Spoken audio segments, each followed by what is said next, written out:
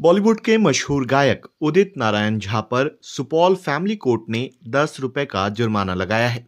उदित नारायण की पहली पत्नी रंजना नारायण झा साल 2022 में दाम्पत्य जीवन पुनर्स्थापित करने के लिए मामला दर्ज कराया था, जिसकी सुनवाई में उदित नारायण ना तो कोर्ट पहुंचे और ना ही उनकी ओर से किसी वकील ने जवाब दाखिल किया।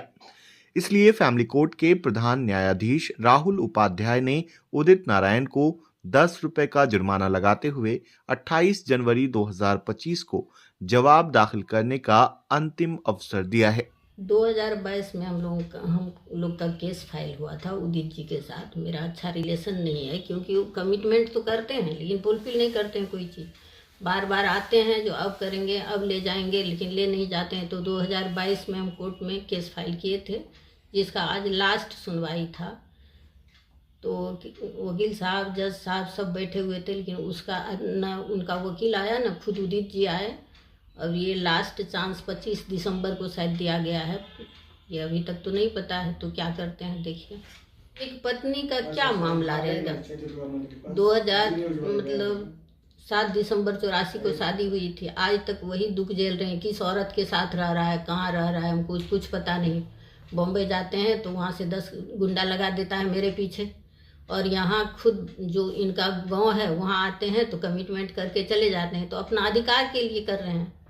पत्नी का क्या अधिकार होता है। अब एक एज हो गया है, तबीयत खराब रहता है, कुछ नहीं कर रहा है। इसीलिए उदित जी को हमको लगता है, आप जितना मीडिया भाई है ना सब जानते हैं, कमिटमेंट कुछ करता है, करते फुलफिल नहीं करते हैं। तो बात से तो कुछ नहीं होता है।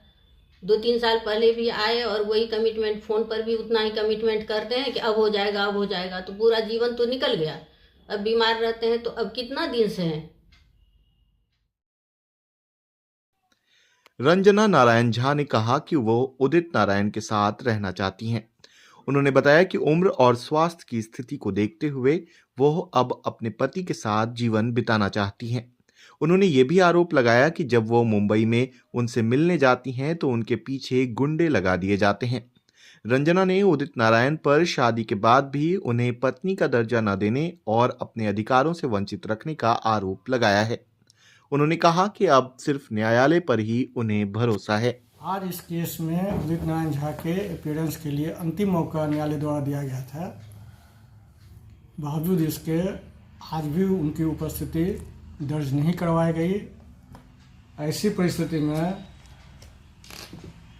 विद्वान प्रधान न्यायाधीश परिवार न्यायालय सुपौल के द्वारा उदित नारायण झा के विरुद्ध 10 रुपया का कॉस्ट इम्पोज करते हुए जवाब दाखिल करने के लिए उनको अंतिम मौका दिया गया है, और 28 जनवरी 2025 के लिए ये मुकदमा फिक्स हुआ है। ये है restitution of conjugal right. Section 9 में हमने एक पिटीशन फाइल किया उदित नारायण झा की पहली पत्नी की तरफ से।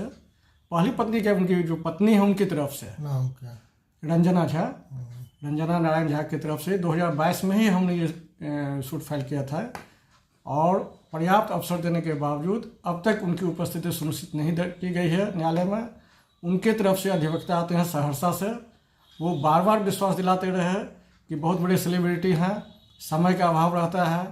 तो उनके सुविधा के मुताबिक उन्होंने अपने न्यायालय से अनुरोध करके आज का डेट फिक्स करवाया था कि आज 16 दिसंबर को वो निश्चित रूप से न्यायालय में उपस्थित होंगे। बावजूद इसके वो उपस्थित नहीं हुए हैं, और जानबूझ करके उनके तरफ से वाद को लंबित रखा जा रहा है। यही स्थिति है।